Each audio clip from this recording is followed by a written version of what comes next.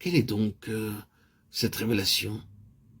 Quel est dans cette révélation l'élément central qui nous est donné dans le livre de l'Apocalypse chapitre 12, le livre de la Révélation?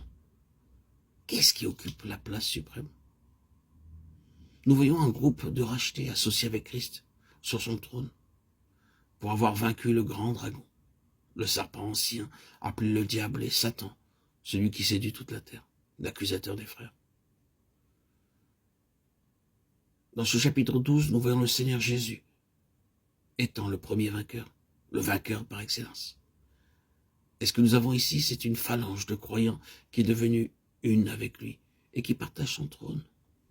Or, bien-aimés en Christ, frères et sœurs, toute l'histoire de ce monde, à son aboutissement là, ce point d'arrivée représente l'intention première de Dieu et son objectif suprême au sujet de l'homme, le voir uni à son Fils Jésus-Christ.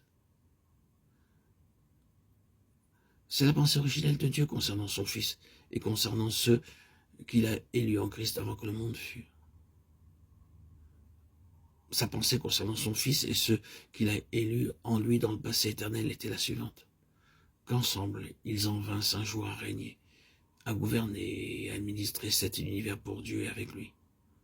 Qu'ensemble, ils eussent partie liée avec le trône de Dieu pour l'administration et le gouvernement universel.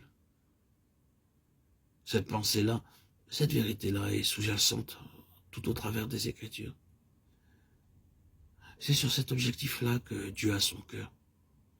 Et c'est contre cet objectif-là que cet autre, dont les différents titres représentent autant de formes variées de son activité et de son caractère, c'est contre cet objectif que Satan s'est dressé tout entier dans un effort multimillénaire de résistance et d'obstruction. Mais Dieu suit sa pensée, sa décision est prise.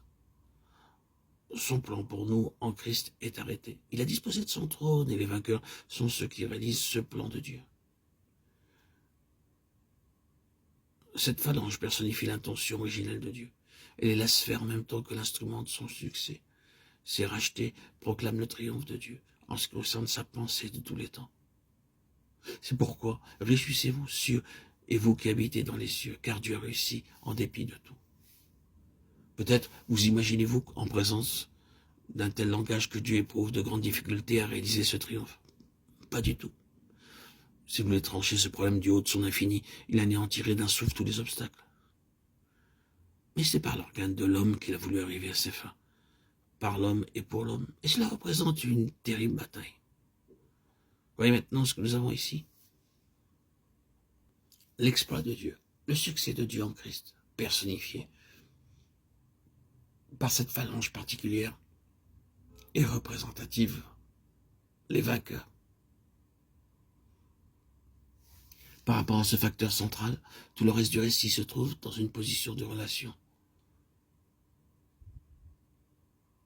Tout le contenu de ce livre de l'Apocalypse est en rapport d'une sorte ou d'une autre avec cet aboutissement suprême.